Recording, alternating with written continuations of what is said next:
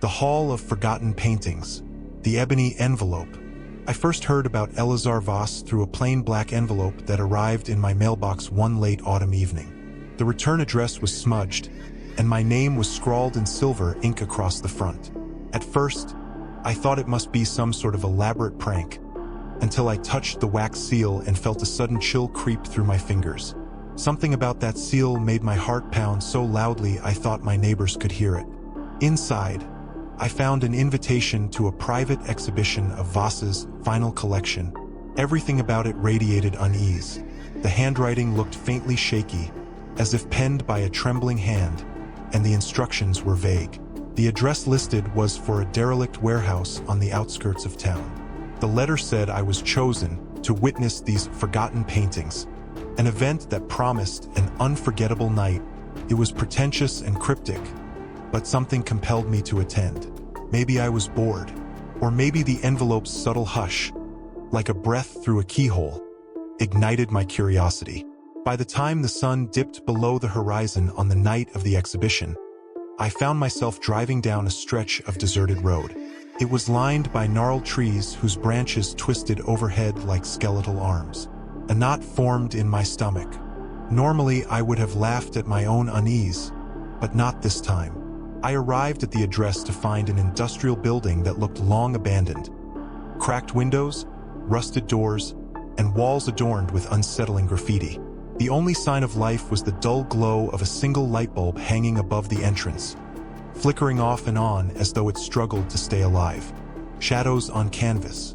Inside, the hallway was lit by rows of dusty overhead lamps. The air felt stale, as if no one had stepped foot in there for years. The invitation's instructions directed me down a corridor plastered with old event posters peeling at the edges. My footsteps echoed on the concrete floor, and the sharp click of each step made my heart skip. A wide steel door at the end of the passage bore a placard, Elazar Vos. The Hall of Forgotten Paintings. Musty air hit me as soon as I opened it, thick and suffocating. A single spotlight illuminated the first painting, which stood on an ornate wooden easel in the center of the otherwise empty room. Approaching, I discovered an image so nightmarish that my mouth went dry. It depicted an ancient stone hall lined with shadowy figures cowering under moonlight. The detail was astounding. Every crack in the stone floor, every droplet of sweat on the figure's pale skin. But there was more. An undercurrent of dread seeped from the canvas. My skin tingled, and I felt a sudden urge to look behind me. I turned. The room was deserted, yet I swear I heard a hushed whisper. Something about the painting felt too real, as if the screams of the painted figures were about to escape the frame and fill the silence with their agony. Despite my unease, I was transfixed. I'd never felt such a visceral response to a piece of art. Part of me wanted to leave immediately, but an insatiable curiosity beckoned me to see more. What other horrors had Elazar Vos committed to canvas? The unseen curator.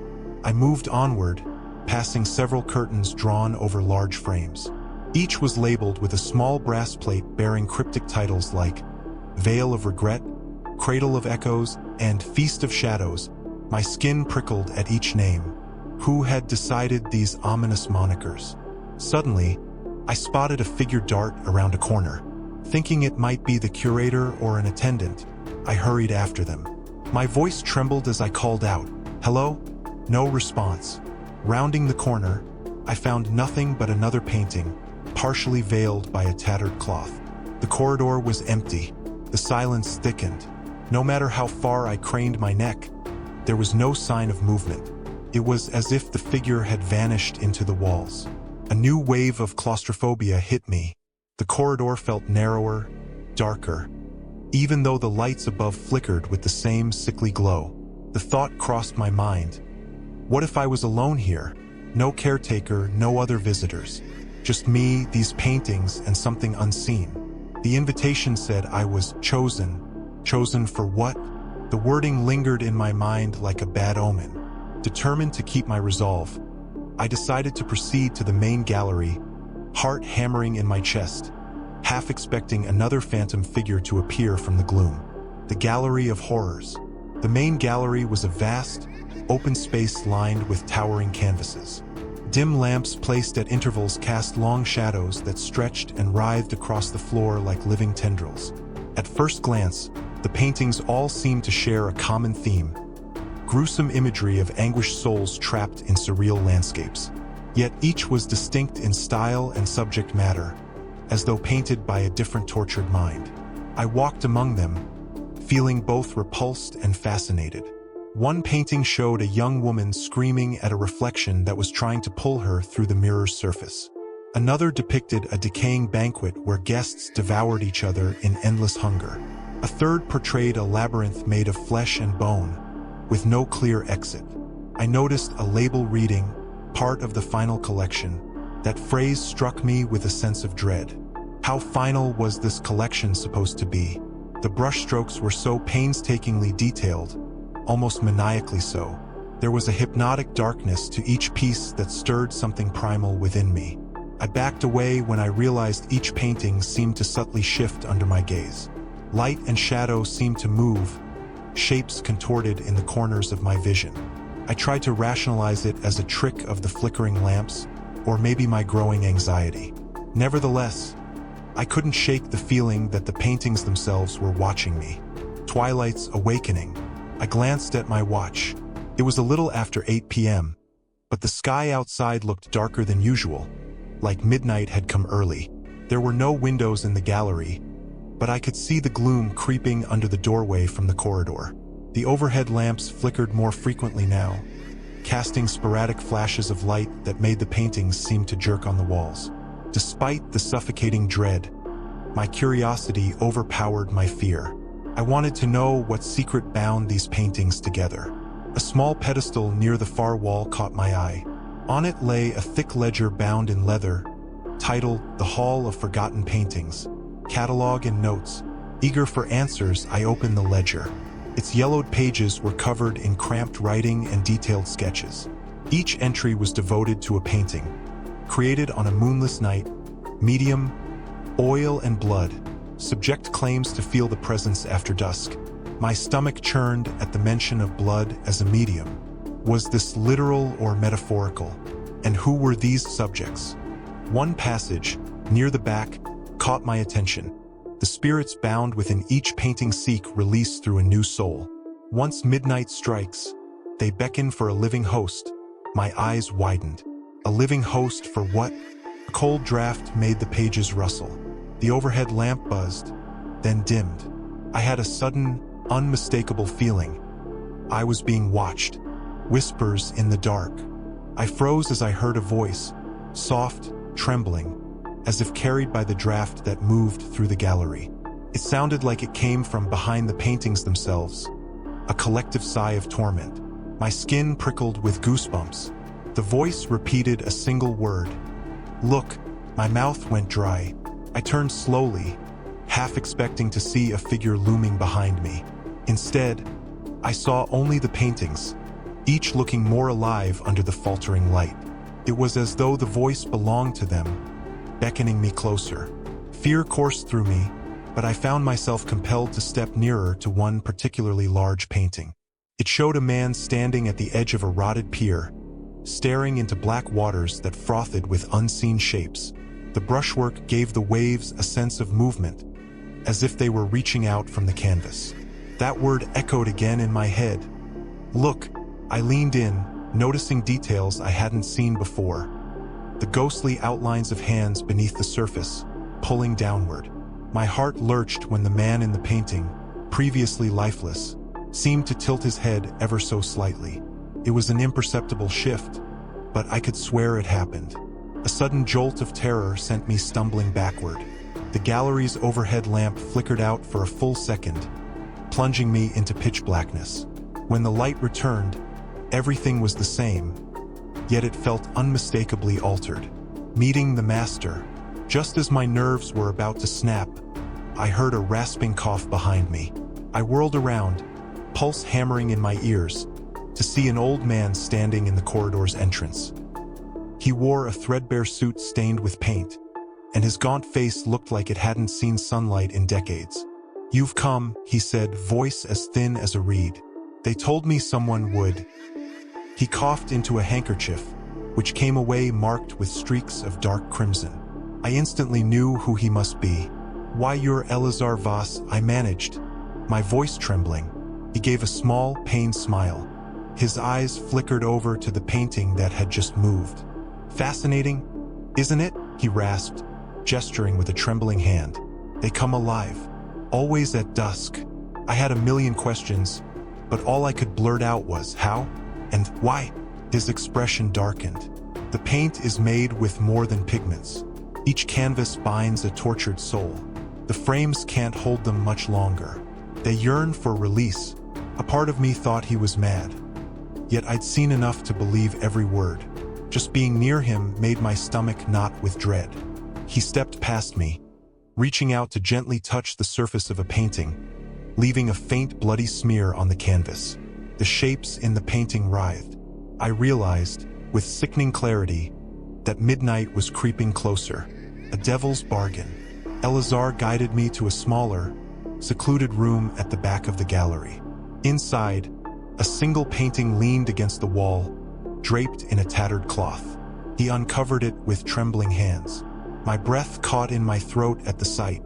The painting showed a grand hallway lined with portraits, each so lifelike that it was as if they were windows into other worlds.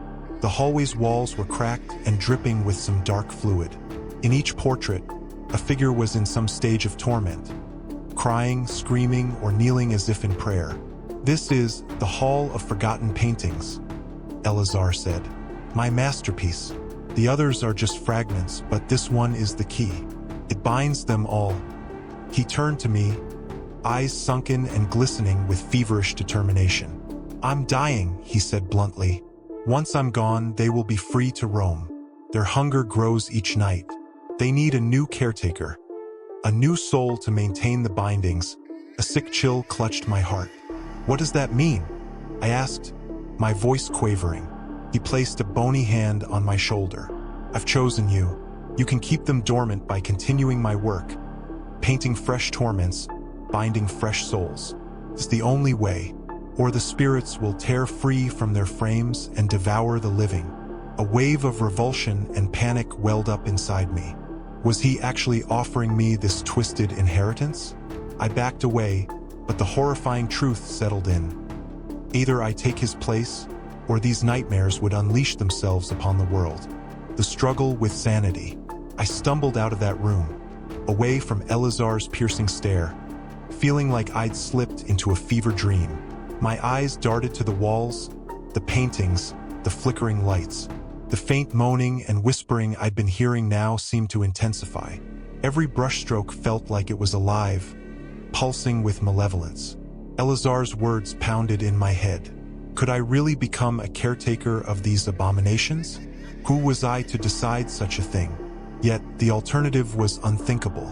If what Elazar said was true, if I refused, these tortured spirits would break free and find their own victims. Countless innocents caught in a centuries-old nightmare. Nausea churned my stomach. My vision swam. I felt a presence behind me and spun, only to face one of the larger canvases. It depicted a figure pressed against the inside of a coffin lid, trapped in eternal darkness. I could almost hear the figure's muffled screams. As I stared, the figure's pale, bony arms began to claw at the coffin. I gasped and closed my eyes, trying to steady my breathing. When I looked again, the figure was as it had been originally, still and silent. But I knew what I'd seen. I pressed on, stumbling back into the corridor that led to the exit. My one desperate thought was to get out, to escape before midnight claimed me. But my rational mind knew that mere distance might not be enough. Whatever was bound in those paintings, it had found me, and it would not let me slip away so easily. Dreadful encounters. Time was warping around me. The clocks in the gallery displayed mismatched hours. Some read 11:15, others 11:30, and one had stopped altogether. Whether a trick of my mind or something supernatural, I couldn't be sure. Every second ticked with agonizing slowness, yet also felt like it was racing toward the inevitable midnight. I navigated past the covered frames and twisted hallways. The signage was confusing, as if the layout itself had changed since I first arrived. Doors and corridors were in places they shouldn't be, leading to rooms I couldn't recall passing before. In one small alcove, I saw a painting of an impossibly tall figure with elongated limbs, reaching through a door cracked open only a few inches. The figure's long fingers brushed something on the other side, a small shape that looked heartbreakingly human. I heard a faint scraping sound and realized it matched the movement of the creature's fingers in the painting, as if trying to pry open its prison. Shaken, I pressed on. At every turn, my surroundings shifted from the cold, industrial aesthetic of the warehouse to something out of a Baroque nightmare. Black marble floors, flickering candelabras, and stained glass windows that dripped with blood. This place was a labyrinth of horrors, each corridor a step deeper into a realm where nightmares bled into reality. And at the center of it all was me, trapped in Elazar Voss's domain, hearing faint echoes of his parting words. You can keep them dormant, or they will be free. Haunting revelation. My path led me to a decrepit library room, hidden behind a false panel. The stench of old, rotting paper made me gag. The shelves sagged under the weight of dust-coated books and binders. A flickering lantern stood on a table in the middle, as though someone had been reading there only moments before. Stepping in, I found a massive journal spread open, the pages smeared with ink, and what I prayed was only paint. I recognized the cramped handwriting from the ledger, Elazar's. The entry dated back decades. It spoke of a deal with a mysterious patron who provided unholy pigment and demanded in return a tapestry of agony. According to the journal, each painting trapped the soul of someone who'd wronged the patron. Criminals, traitors, or merely unfortunates. As the collection grew, so did the strength of the malevolent force that resided within. Eventually, the paintings began demanding more. New victims, new horrors. Elazar had found a way to siphon the energy from each tortured spirit to extend his own life, but the cost was unspeakable. Reading these confessions, my stomach sank. Elazar had sold himself, body and soul, for the sake of his twisted art. And now he was offering me the same damnation. If I refused, would the paintings claim me anyway? The pages ended abruptly, as if Elazar had been interrupted while writing. I heard footsteps in the corridor, slow, shuffling steps. They paused right outside the library door, then continued on. Whoever it was, they were gone when I mustered the courage to peek out. Midnight approaches. A metallic clang echoed through the halls, like a distant bell. My watch read 11:55 p.m. I felt a knot tighten in my gut, recalling Elazar's warning about midnight. With every step, I sensed the painting's aura swelling. The air was alive with whispers and faint screams. My mind raced. If I could only find an exit, drive away, and never look back. Would that break the hold these works had on me? Or were they now bound to my soul like a parasite? My thoughts whirled as I turned a corner and found the painting of the rotted pier again. But this time it hung in a different spot. The man on the pier now stood waist-deep in the black waters, his eyes locked onto mine with raw desperation. My breath caught at the realization. The scene had progressed. The figure was moving deeper into the water each time I encountered it. A swirl of panic and dread consumed me. How long until he was fully submerged? What would happen if he vanished beneath that painted surface? Time was running out. The paintings were feeding on the approaching midnight, their power intensifying with each passing minute. Behind me, I heard the faint skitter of movement as if something crawled along the walls. Yet my eyes only saw dancing shadows when I turned. I wondered if this was how madness began, by being trapped in a place where reality frayed at the edges, letting nightmares slip through. The echoing threshold, 11:59 p.m. I found myself in front of a massive, arched doorway in the heart of the warehouse. At first glance, it looked like an exit, heavy double doors with chipped paint. But there was no handle on the outside, just two rusted knockers shaped like twisted gargoyles. I placed a trembling hand on the door's surface.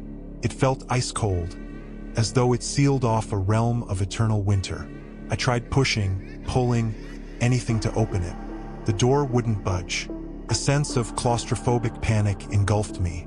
I was so close to what might be my escape, yet it was sealed shut. Behind me, The corridors were bathed in a red, pulsing glow. The paintings seemed to pulse in sync with a heartbeat I could only assume was the building's own malignant life force.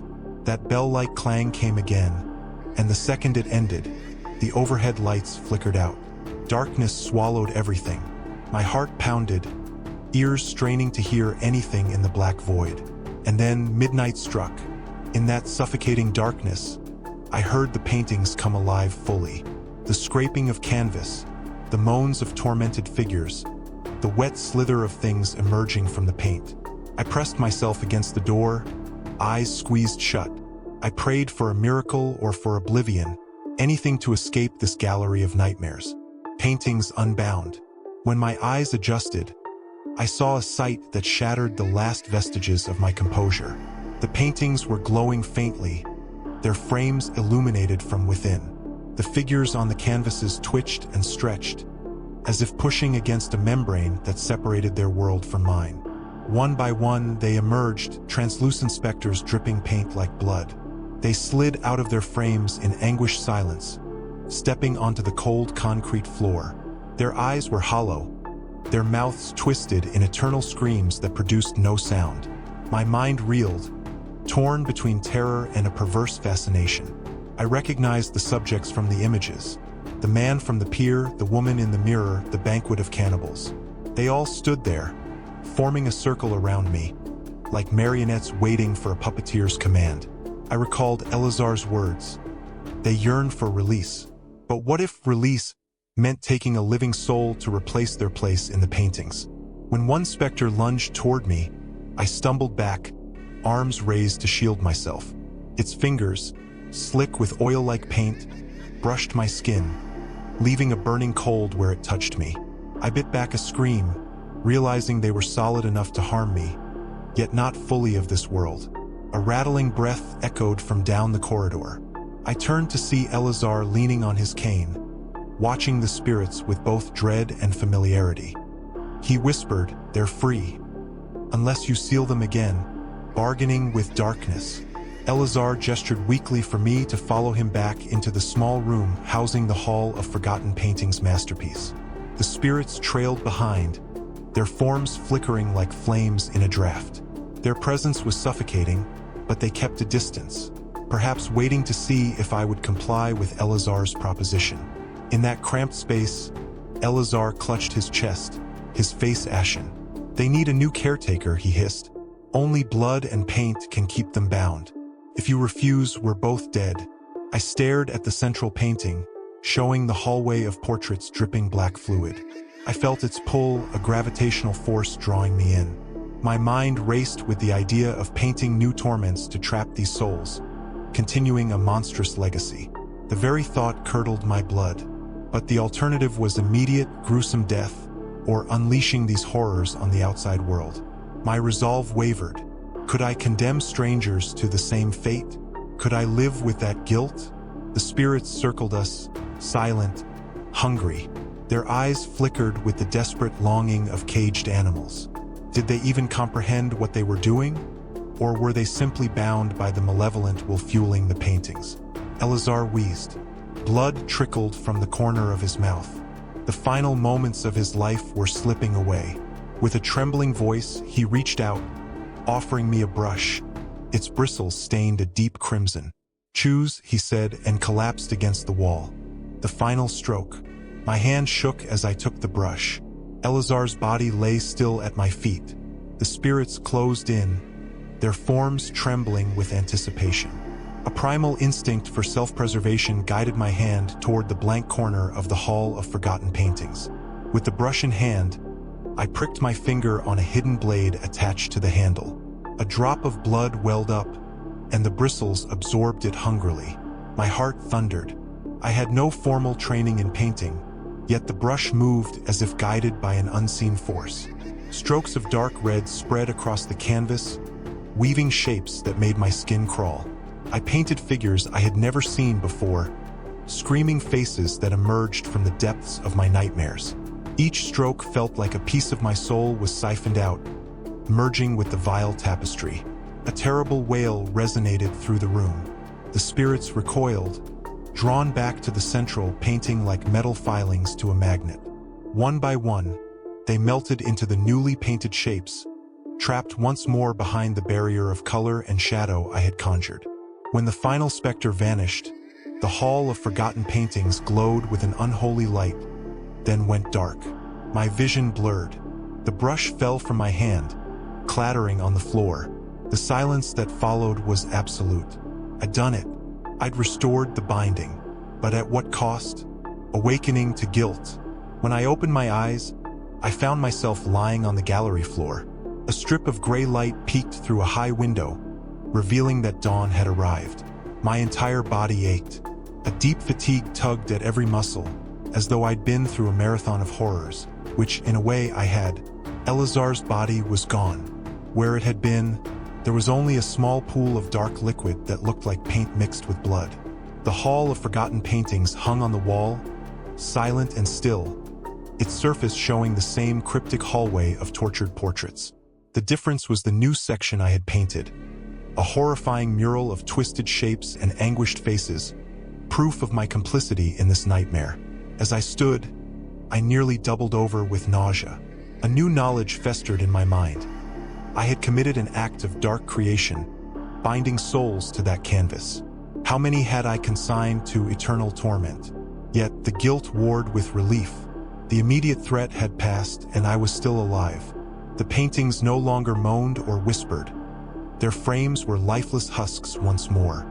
But I couldn't forget the sensation of the brush moving across the canvas, guided by something beyond my control. I braced myself against the wall, taking in ragged breaths.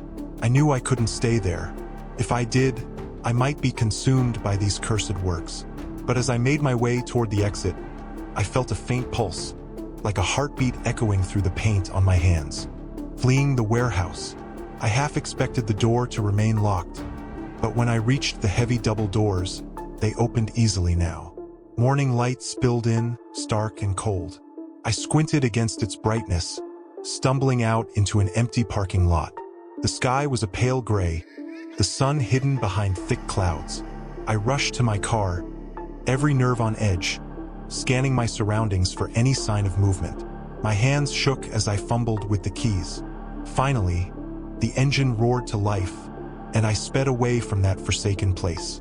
On the drive back to the city, the adrenaline ebbed, replaced by a haunting sense of emptiness. I'd never been so grateful for the banality of traffic and the sight of other people. Their normalcy felt like a lifeline, a reminder that an ordinary world still existed, where cursed paintings didn't devour souls. Yet, a persistent fear gnawed at me. Could these horrors follow me? My mind replayed the events of the night, Eleazar's cryptic invitation, the gallery of tormented art, the final, desperate act of painting with my own blood. I glanced in the rearview mirror, half expecting to see a phantom in the back seat. But the car was empty, just me, my guilt, and the knowledge that something dark was bound to me now. Echoes at home. I reached my apartment as the sun was fully rising. Despite the morning light, the place felt dim, as though a shadow clung to me. Locking the door behind me, I headed straight for the shower, trying to wash off the feeling of paint and blood. But no matter how hot the water ran, I still felt unclean. Afterward, I noticed faint streaks of dark red on my fingertips, reminiscent of dried paint. No amount of scrubbing removed them entirely. Every time I closed my eyes, I saw the twisted faces I'd captured on canvas. They hovered in my mind, silent accusations. I tried to sleep, but nightmares plagued me. Half-formed creatures lurching out of endless hallways, dragging me into frames of swirling colors. Jolted awake, I checked the clock. It was only 10 in the morning. The day stretched out like a silent, watchful entity. To distract myself, I poured a cup of coffee and sat at my kitchen table, searching for any rational explanation. Was it mass hysteria? Some elaborate hoax? Yet my trembling hands and the red stains on my skin reminded me this was no mere fantasy. Then I heard it, a faint scratch at my apartment window. I lived on the 7th floor. Nothing should be there, but I couldn't ignore it. Heart pounding, I peered through the blinds, and saw only a twisted reflection of my own face in the glass. For a split second, I could have sworn the reflection wasn't mine at all. It was smiling even though I wasn't. A new torment begins. Weeks have passed. I haven't returned to the warehouse, nor have I tried to. But I can't escape the Hall of Forgotten Paintings. It lives in my mind, in my dreams, in every flicker of shadow on my walls. Strange things have started happening at night. I hear muffled sobs in my living room. I find wet footprints on the floor, as if someone crawled out of a lake, mirroring the man on the pier. Sometimes, the reflection in my mirror shows a room behind me that isn't my apartment, but that same grand hallway dripping with black fluid. Each night, I wake from nightmares with a compulsion to paint. I've bought canvases, brushes, and an array of pigments. None of them truly replicate the nightmarish hues from Elazar's collection. The paintings I produce are haphazard and horrifying, yet I can't stop. It's as if something compels me to keep creating, searching for the right combination of color and anguish. I suspect this is how Elazar started, too, innocent, then gradually corrupted by the dark force whispering through the brush. My soul is on a razor's edge. If I continue, I will birth new horrors into the world. If I stop, the bound spirits might break free again, drawn to claim me. Either way, I'm ensnared by a curse that has no end. Now, as I sit here, finishing this account, I feel eyes on me. My latest canvas stares back, half finished. The shapes on it seem to shift when I'm not looking. I hear the faint scratching of the brush, even though I'm not holding it. Dawn is breaking, but the darkness inside me grows. I realize with chilling finality, I am the new caretaker, and the Hall of Forgotten Paintings is still hungry.